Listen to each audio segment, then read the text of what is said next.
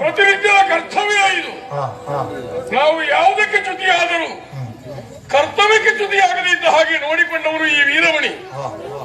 ಜನ ಏನನ್ನು ಬಯಸುತ್ತಾರೋ ಅದನ್ನು ಒದಗಿಸಿದವ ಅದನ್ನು ಕೊಟ್ಟ